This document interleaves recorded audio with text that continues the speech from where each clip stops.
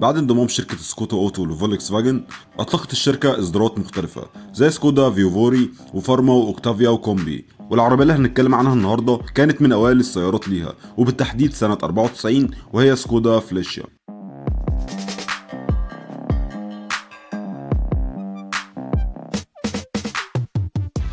سنة 94 تم إنتاج سكودا فليشيا، واللي استمر إنتاجها ل 8 سنين، وسنة 98 كانت السنة الأهم في تاريخ الفليشيا، وده بسبب حصولها على سيارة العام، ده مع تحقيقها انتشار قوي في الأسواق العالمية.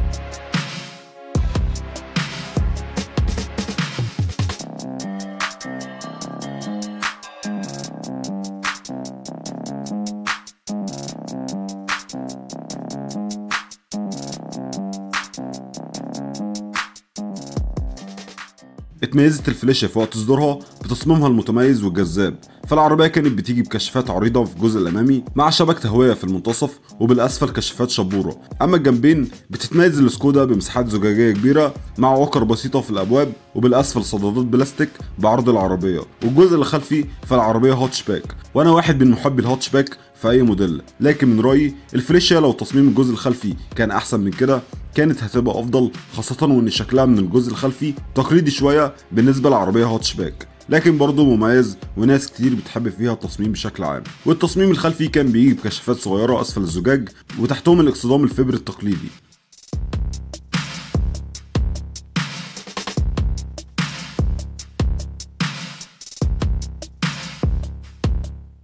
فالعربية جت بمواصفات معينة، فكانت بتيجي بطول 3 متر 85 وعرض متر 63 وارتفاع متر 41، ومساحة الشنطة الخلفية بتوصل ل 272 لتر تقريبا، مع تانك بنزين 42 لتر باستهلاك 6 لتر لكل 100 كيلو. وبيختلف الاستهلاك على حسب لو في وزن أو أعطال أو مع طريقتك في السواقة. والتسارع من 0 ل 100 في 13 ثانية مع سرعة قصوى 160 كيلو في الساعة. أما بالنسبة للمواصفات الميكانيكية فالفليشيا كانت دفع أمامي مع موتور كربيراتير 1300 سي سي 80 هورس باور بفتيس مانوال 5 سرعات.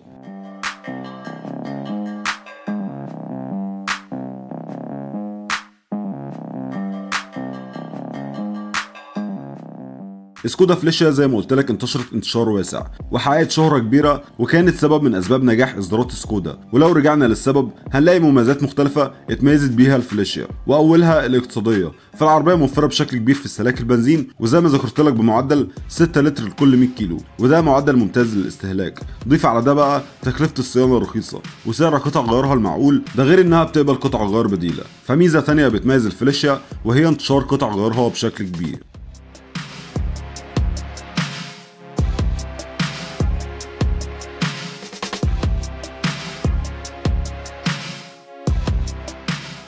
المتانة ونظام التعليق. سكودا فليشيا بتتميز بشكل كبير بالمتانة في الصاج، فهتلاقيه قوي جدا. وبالإضافة للمتانة ميزة كمان وهي العفشة، عفشتها قوية وتتحمل معاك، وده بشهادة أغلب الناس اللي جربوها. اتزان الفليشيا قوي وثابتة مع السرعات بشكل كبير، وده نتيجة لتناسق الوزن مع الأبعاد. سعر سكودا فليشيا في المعقول قوي ومتناسب بشكل كبير مع الفئة الاقتصادية والناس اللي عايزة عربية عملية.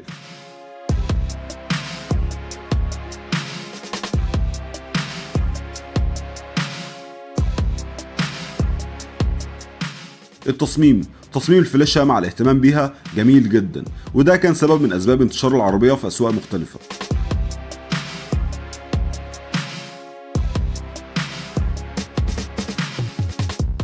إعادة البيع.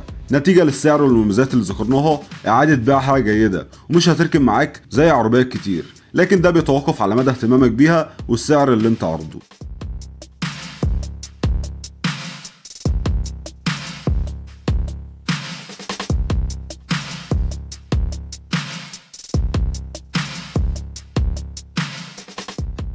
زي ما كان في الفليشيا مميزات ساهمت بشكل كبير في انتشار وشهرة العربية، إلا أن كان في عيوب ظهرت مع الاستهلاك والوقت. أولها الموتور، صوت الموتور عالي الى حد ما، وده لان سير الكتينه ليها جنزير معدن مش كاوتش، فبرغم ان المعدن اعتمادي جدا وقوي ويكاد يكون ما بيتغيرش غير بعد فتره كبيره جدا، لكن نتيجته بتبقى في الصوت العالي للموتور.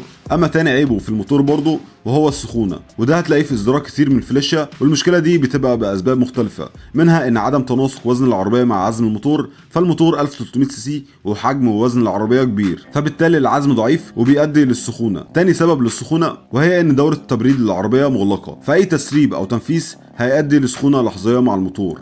اما تالت سبب بيجي نتيجه للتعامل الخطا في حاله ظهور مشكله والعربيه جابت وش سلندر، ففي ناس بتعالج القديم وتشيل الهيكل الامامي منه، وده غلط جدا. ولو حصل كده فالافضل انك تغير وش السلندر بالكامل وتجيب حاجه استيراد.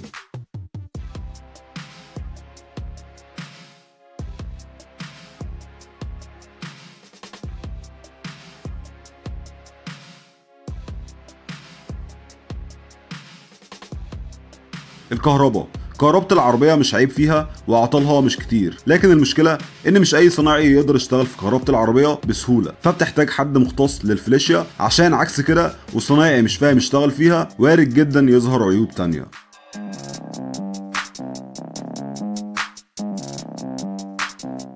تجربة القيادة، زي ما ذكرت لك العربية اتزانها مقبول جدا على الطريق مع السرعات العالية، لكن بتنزل من غير باور، فلو انت سايق في المدن والشوارع ضيقة السواقة مش هتعجبك لو انت متعود على عربيات باور. تاني عيب بالنسبة لتجربة القيادة هتلاقيه بشكل واضح في الطلعة، فتسارع العربية من 0 ل 100 في 13 ثانية، ودي حاجة مملة عشان تاخد سرعتها، بالإضافة لعزمها الضعيف. التجهيزات ووسائل الامان، العربيه بتيجي بتجهيزات بسيطه جدا ومتواضعه، ولو فكرت تشغل عليها تكييف هتلاقي الموتور في حاله غير مستقره. اما وسائل الامان فالعربيه معدومه منها، اللهم الا الصاج القوي والاتزان على الطريق.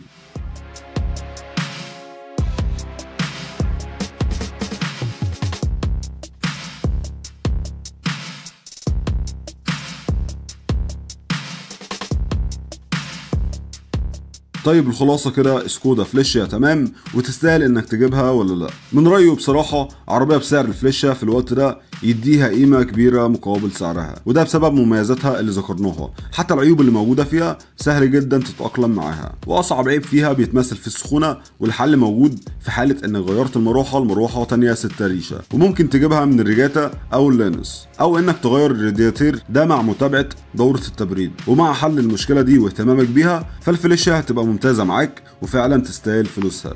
ده كان فيديو سكودا فليشيا، ما تنساش اللايك والسبسكرايب. سلام يا وحش.